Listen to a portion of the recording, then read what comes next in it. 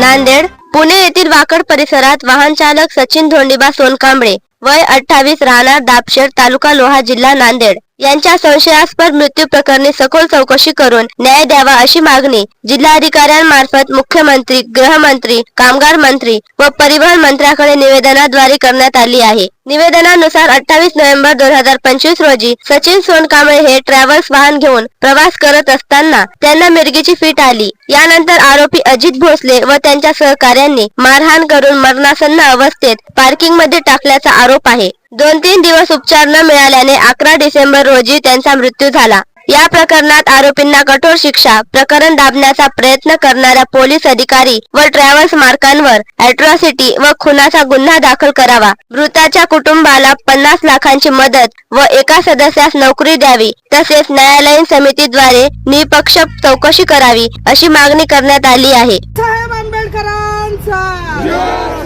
Doctor Babasaheb आंबेडकरांचा जय जय जय जय जय भीम जय भीम जय भीम। सचिन सोनकांबळेला न्याय मिळाला पाहिजे, सचिन सोनकांबळेला न्याय मिळाला पाहिजे, सचिन सोनकांबळे अमर रहे, अमर रहे, अमर रहे। ड्राइवर एकता जिंदाबाद जिंदाबाद जिंदाबाद, ड्राइवर एकता जिंदाबाद जिंदाबाद जिंदाबाद। जय जय जय जय जय भीम जय भीम जय भीम। माई अधिकारी सस्पेंड झालाच पाहिजे, झालाच पाहिजे, झालाच पाहिजे। जातीवादी वाकड पोलीस स्टेशनचा मुर्दाबाद।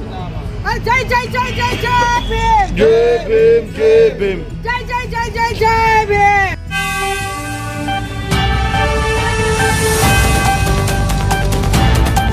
जय भीम।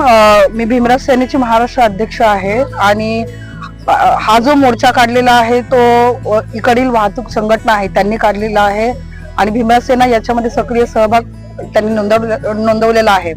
खरं तर सचिन सोनकांबळे हा जो युवक आहे हा नांदेडमध्ये राहणारा होता मूळचा आणि त्याची वाकडमध्ये हत्या झालेली आहे। वाकड आणि चाकण दरम्यान त्याची हत्या झालेली आहे। त्याचं मूळ गाव नांदेड आहे आणि त्यामुळे त्याची सुरुवात इकडील वाहतूक सेना, तो ड्रायव्हर असल्यामुळे इकडच्या अनिशा वाहतूक संघटनेने याची सुरुवात केलेली आहे आणि त्याच्यात भीमराज सेनेने सक्रिय पाठिंबा दिलेला आहे। जिथे जिथे सचिन सोनकांबळेला न्याय मिळवण्यासाठी आंदोलन, मोर्चा होईल, निदर्शने होतील त्याच्यात भीमराज सेना सक्रिय सहभाग नोंदवेल असं हे करते। हत्या कोणी केली? आपल्याला संशयित जे आहेत ते 2 लोक आहेत। एक तर सर्वप्रथम ज्याच्या गाडीचा बोनट तुटला होता असा जातीवादी मानसिकतेचा भोसले, जो वाकडमध्ये कदाचित सरपंच किंवा उपसरपंच या पदावर असावा, आपल्याला त्याच्याबद्दल पुरेशी माहिती नाहीये। मिळालेल्या माहितीनुसार तो चाकण विभागातील एक गुंड प्रवृत्तीचा, दादागिरी करणारा तिकडचा सरपंच आहे भोसले। त्याच्या गाडीला धक्का लागल्यानंतर हे प्रकरण, त्याच्या गाडीला ना, त्याच्या गाडीचा धक्का सचिनच्या बसला लागून त्याचं बोनट तुटले, तिथून हे प्रकरण सुरू झालं आणि त्याबरोबरच लक्ष्मी ट्रॅव्हल्सचे मालक, त्याचे सुपरवायझर आणि त्याचे मॅनेजर ज्यांनी 2 ते 3 दिवस सचिनला मारण्याचं प्रकरण दाबलं, त्याच्यानंतर त्याला 2 दिवस हॉस्पिटलची कोणतीही ट्रीटमेंट नाही केली, बेशुद्ध अवस्थेत, कोमाच्या अवस्थेत त्याला त्या गॅरेजच्या एका कोपऱ्यामध्ये फेकून दिलं होतं। तर आपले संशयित सध्या सगळे तेच आहेत आणि ते सगळे उच्चवर्णीय आहेत।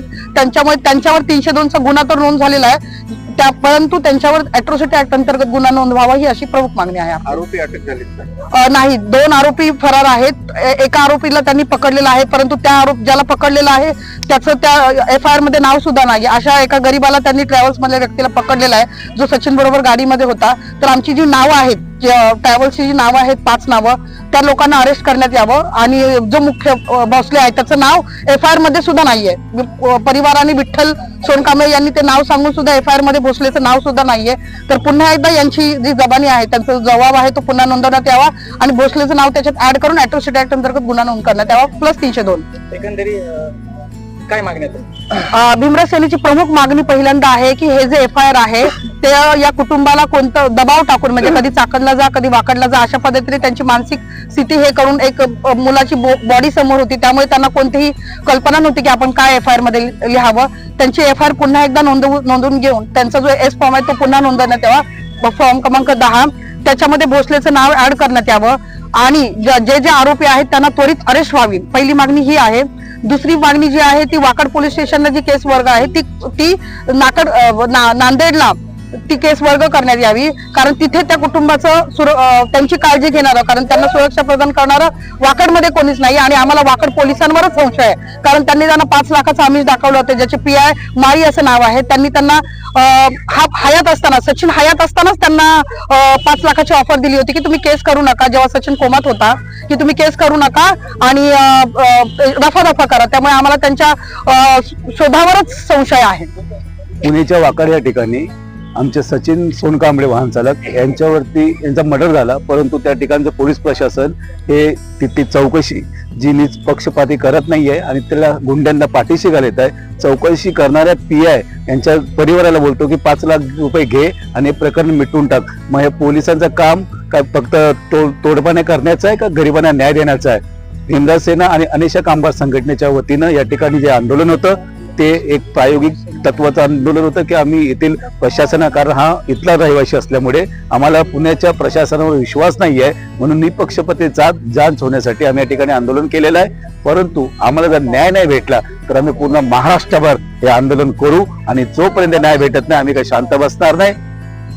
घटना कुठे झाली होती आणि काय घटना झाली? घटना वाकड या ठिकाणी तिथले जे हॉलिडेज लक्ष्मी ट्रॅव्हल्स कंपनी आहे त्याच्यामध्ये आमचे बंधू सचिन सोनकांबळे हे त्या ठिकाणी कामाला होते. ते काम करत असताना तिथं एक अपघात झाला, त्याच्यामुळे त्यांचा काही दोष नसताना देखील तिथल्या स्थानिक लोकांनी त्यांना मारहाण केली आणि त्यांच्याकडनं पैसे घेतले. या पैसे घेण्याचा राग येऊन कदाचित तिथला जो मालक आहे त्यांनी यांना मारहाण केली व यांच्या मोबाईलमध्ये डॉक्टर बाबासाहेब आंबेडकरांचा फोटो व भीमा कोरेगावचं चित्र बघून तिथल्या जातीवादी लोकांनी यांना बेदम मारहाण केली. 8 दिवस यांना कुठलाही उपचार नाही घेता फेकून देण्यात आलेला आहे आणि त्यामुळे वेळेवर उपचार न भेटल्यामुळे त्यांचा जीव गेलेला आहे. हे पूर्ण प्रशासन, पोलीस प्रशासन यांचा हा दोष आहे आणि हा इथल्या प्रशासनाचा बळी आहे. त्यामुळे आम्ही त्यांना न्याय भेटण्यासाठी आंदोलन करतो.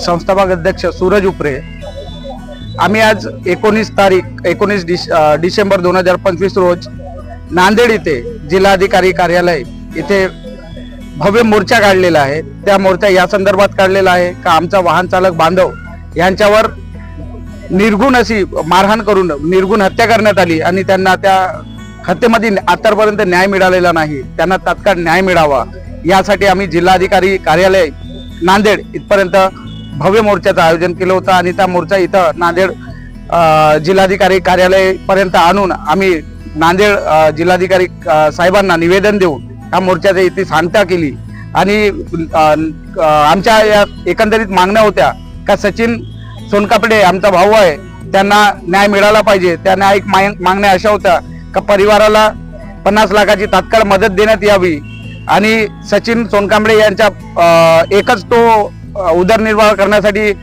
काम करत होता परिवाराचा आणि त्यांना तात्काळ एक सरकारी नोकरी, त्यांचा भाऊ आहे आणि तो नोकरी करण्याच्या याच्यामध्ये आहे, म्हणजे वयामध्ये मर्यादेमध्ये आहे, तर त्यांना तात्काळ एक सरकारी नोकरी द्यावी आणि त्यांना परिवाराचा लवकरात लवकर न्याय देऊन त्यांना आसरा द्यावा सरकारला, ही विनंती आहे. आरोपी विरुद्ध गुन्हा दाखल झालेला आहे आणि आरोपीला अटक केली आहे म्हणतात. मागणी नेमकी काय, म्हणजे काय घटना घडली? आरोपीला आतापर्यंत आरोपीला अटक झालेली आहे, परंतु जो मेन आरोपी आहे ते संशय आहे आमचा का मेन आरोपी आताही सुटलेला आहे, आताही पसार झालेला आहे आणि लक्ष्मी ट्रान्सपोर्ट या कंपनीमध्ये आमचा सचिन भाऊ वाहन चालवत होता आणि त्याच्या पार्किंग मध्ये यांची हत्या झालेली आहे. म्हणजे पार्किंग मध्ये तो बेशुद्ध अवस्थेत आढळला, तर आमचा संशय आहे का त्या पार्किंग मध्ये त्यांची हत्या झालेली आहे आणि आतापर्यंत लक्ष्मी ट्रॅव्हल्स जे हा व्यवस्थापक मालकावर गुन्हे दाखल झालेले नाही आहे आणि कोणीही असं म्हणू शकत नाही का त्यांच्या, आणि त्याच्या अगोदरच सचिन भाऊचा जेव्हा बस सोबत अपघात घडला होता भोसले नामक युवकाचा, तेव्हा त्यांनी सेटलमेंटसाठी 40 लाखाची रक्कम दिलेली होती, 40,000ची रक्कम दिलेली होती आणि ते 40,000 कोणताही मॅनेजर देऊ शकत नाही.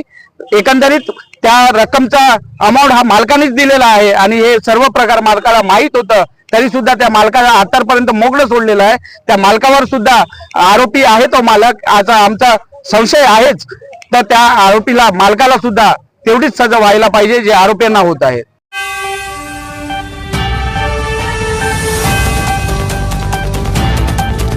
विषय असा आहे, 28 तारखेला सचिन सोनकांबळे हा गाडी घेऊन चालला होता. त्याला रस्त्यात फिट आल्यानंतर त्याने गाडी साईडला घेतली. तिथल्या प्रवाशांनी पोलीस प्रशासनाला फोन लावला. घटनास्थळी पोलीस प्रशासन आले. पाठीमागून भोसले नावाचं कुटुंबाची 4 व्हीलर होती, ती थांबलेल्या बसला जाऊन धडकली पोलीस प्रशासन आल्यानंतर भोसले आणि सचिन भाऊ आणि ते बस चालकचे मालक आहे, त्याचे मॅनेजर आहे, ते पोलीस स्टेशन मध्ये गेल्यानंतर त्यांचा सल्लानामा झाला की पुढे विषय वाढू नका, तुम्हाला 40,000 देतो. भोसल्यात 40,000 दिल्यानंतर असा सचिन भाऊ बाहेर आला पोलीस स्टेशनच्या. सचिन भाऊच्या मोबाईलवर बाबासाहेबांची प्रतिमाचे फोटो होता. त्याच्यानंतर त्याला विचारलं तुझं नाव काय, त्यांनी नाव सांगितलं सचिन सोनकांबळे, मी बौद्ध समाजाचा तरुण आहे. त्यांनी सांगितल्यानंतर सचिन भाऊला त्या भोसल्याच्या गाडीत टाकून 5-6 घंटे त्याला अमानुषपणे मारहाण केली आणि 29 तारखेला संध्याकाळी जे लक्ष्मी ट्रॅव्हल्सचे जे पार्किंग व्यवस्था आहे त्या पार्किंग व्यवस्थेमध्ये त्याला आणून टाकलं. माझं असं म्हणणं आहे तेव्हापासून सचिन भाऊ कोमात होता, त्याला हॉस्पिटलला मध्ये नेलं आणि 11 तारखेला त्याचं निधन झालं. जे कशी तिच्यामध्ये दोषी असतील ते पोलीस अधिकारी आहे, त्यांनी सांगितलं की काही सल्लेनामे करा, 40 लाख रुपये घ्या, हे काहीतरी पैसे घ्या. त्याच्यामध्ये तो भोसले आहे, त्याच्यानंतर ते ट्रॅव्हल्सचे मालक आहे, मॅनेजर आहे, सगळ्यांवर कायदेशीर कारवाई करून जे कोणी दोषी असेल त्याला कठोरात कठोर शिक्षा झाली पाहिजे, ही आमच्या भीमराज सेनेच्या वतीने मागणी आहे. कोण पोलीसवाला आहे? 5 लाखाची माळी साहेब आहे, माळी साहेब हा शत्रुघ्न माळी हे पोलीस प्रशासन अधिकारी आहेत, त्यांनी सांगितलं होतं. कोणाला? भावाला यांना विठ्ठल सोनकांबळेला सांगितलं होतं की तुम्ही 5 लाख का 4 लाख घ्या आणि तुम्ही ही केस रफादफा करा, असं त्यांचं म्हणणं आहे. 1860 ऍक्ट अनुसार गुन्हा दाखल का नाही केला आता? कारण की त्यांनी कास्ट सर्टिफिकेट त्यांनी बोललं दाखल करून घेतो, कास्ट सर्टिफिकेट घेऊन या, त्याच्यानंतर आम्ही गुन्हा दाखल करून घेऊ. किती आरोपी विरुद्ध गुन्हा दाखल आहे आणि किती? 4-5 आरोपी असतील साधारणतः. आपल्याला 7 ते 8 आरोपींवर नाव ऍड करायचे. 28 तारखेला भावाचा एक गाडीवर जाता जाता इंदूरला जर असा एक धक्का लागल्याच्या नंतर आम्हाला एक फोन केला आम्ही घरून, तर त्या किन्नरनं उचलल्याच्या नंतर आम्ही 2 दिवस आम्हाला त्यानं म्हणले भाऊ गेला, मिटल्याच्या नंतर त्या कारवाल्याला काहीतरी 40,000 रुपये दिले आणि भाऊ पुढे गेला म्हणले, इंदूरला गेला म्हणले. 28 ला घटना झालेली आम्हाला 29 तारखेपर्यंत कळविलं नाही. 29 तारखेला संध्याकाळी आम्हाला एक 7च्या दरम्यान मध्ये व्हिडिओ कॉल केला मी, माझा भाऊ दाखवा, तर ते 19 चाळाचाळी करू लागला. जेव्हा त्यांना मान टाकून देवला बघणं गेला तर आम्ही 29 ला इथून निघाले, 30 ला पोहोचले तर भाऊ कोमामध्ये गेला होता. तिथून मी ससून हॉस्पिटलला आणल्याच्या नंतर ते 4 दिवस कोणी बघायला आलं नाही, काही केलं नाही. नंतर मी माझ्या भावाची मोटरसायकल होती, तर बुवा म्हणलं भावाची मोटरसायकल आधार कार्ड काय लागते, दवाखान्यामध्ये डॉक्युमेंट मागितली होती, तर आम्ही बॅग म्हणून घ्यायला गेले. ते मॅनेजर म्हणते मी सोलापूरला हो, मी इथं पार्किंगला नाही. मग त्याचे सचिनचे काही मित्र परवीन ते होते, आम्हाला पुण्याला गेल्या, त्याच्या पार्किंगला सर्वजण होते, तिथून त्याला आम्ही दवाखान्यात आणल्याच्या नंतर त्याने म्हणले बा जे काय झालं ते पोलीस स्टेशनला गेल्या, चाकणला गेल्या, त्या वाकरला गेल्या. तिथं म्हणले बा जे पाटील साहेब आणि माळी साहेब होते, याला काय झालं तर तुम्हाला मी सोडणार नाही, 302 मध्ये तुम्हाला जलमठेक करतो. आणि नंतर म्हणजे बाहेरच्या बाहेर मॅटर करा. त्याने मला 5 लाखाची मागणी, म्हणजे मला 5 लाख देतो, माझ्या मागे लागली. 4 दिवस अशी माझ्या मागे लागली. मी म्हणलो पैसे घेणं माझ्या भावाला प्रायव्हेट मध्ये हलवता, कमी जास्त झाल्यावर माझ्या भावाला तुमच्या इतके दिवस निष्काळजीपणानं का ठेवल्या, असं म्हणल्याच्या नंतर त्याने मला धमक्याच्या गोष्टी केल्या. मग कुठं जातोस काय नाही, पोलीस प्रशासनाला त्याने मॅनेज केलं, 302 गुन्हा दाखल केला. मी 18 करा. असेच काय पदाधिकारी तिथं माझ्यासोबत आलते, त्याने म्हणले 18 गुन्हा दाखल करा. त्याने म्हणले कास्ट तुमची कोणती आहे मला बघू द्या, तुम्ही गावाकडे जा, कास्ट घेऊन याच्यामध्ये जर इतर कोणी या कास्टचे माणसं असतील तर त्याला 18 केल्यावर नंतर घेता येणार, तुम्ही कास्ट घेऊन या म्हणून मला मुदत दिली त्यानं. आणि मी गावाकडे आलो, त्याची 11 तारखेला मृत्यू पावला. तरी त्याची मला नंतर त्याचा एक आरोपी, आता सुद्धा ऐकून घ्या, नावाला फक्त आरोपी त्यानं अटक केली. फिर्यादीचे आधीच आरोपी आमच्या आधी जाऊन पोलीस स्टेशनला बसू आले. तर मी साहेबाला म्हणलं साहेब हे आमच्या आधी आरोपी जाऊन तुमच्याजवळ आले, तर आम्ही फिर्यादी असून आम्ही येणार, तुम्ही आरोपीला काय म्हणून जवळ घ्याल्या. तर त्याने म्हणले बा बाहेरच्या बाहेर सेटलमेंट करा, ते 4-5 लाख रुपये तुम्ही घ्या.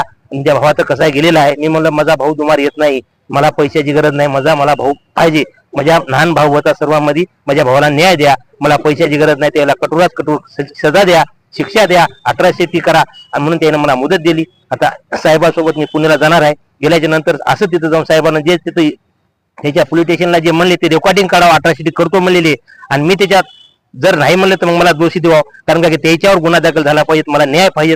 माझ्या भावाचा प्रयाण गेला, मला पैशाची गरज नाही. प्रशासनाला एवढी विनंती आहे की माझ्या भावाला जे घडलंय ते दुसऱ्या कुणा ड्रायव्हरला घडून यायला कठोर सजवर द्यावं, एवढीच विनंती आहे. माझा भाऊ आज इथून गेला, ते पुण्याला त्यांना आज कमीत कमी 10 वर्ष झालं करीत गेला काम. तर आज तुम्हाला सांगतो की आमचा भाऊ फक्त येऊन जाऊन आई वडिलाला सगळ्याला कॉन्टॅक्ट मध्ये होता. आमचा 4 दिवस आमचा कॉन्टॅक्ट येणं गोष्ट दिला नाही. पार्किंग लावून टाकलं, ते व्हिडिओ त्याने तपासाव, आणि मला जे व्हिडिओ कॉल केला तिथे रेकॉर्डिंग नाही.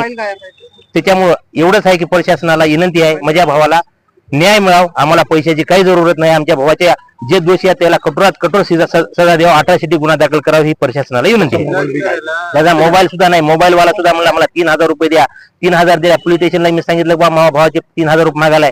त्याने ट्रॅक मध्ये मोबाईल टाकलो, म्हणजे अजून भावाचा फोन लागालाय, कोणी उचलत नाही काही नाही. 2 आरोपी फराफार, 2 आरोपी त्याच्या जवळ राहतं, ते सुद्धा आज स्टेटस बघत आहेत मज काय टाकलेलं. मग ते कसे आरोपी अटक?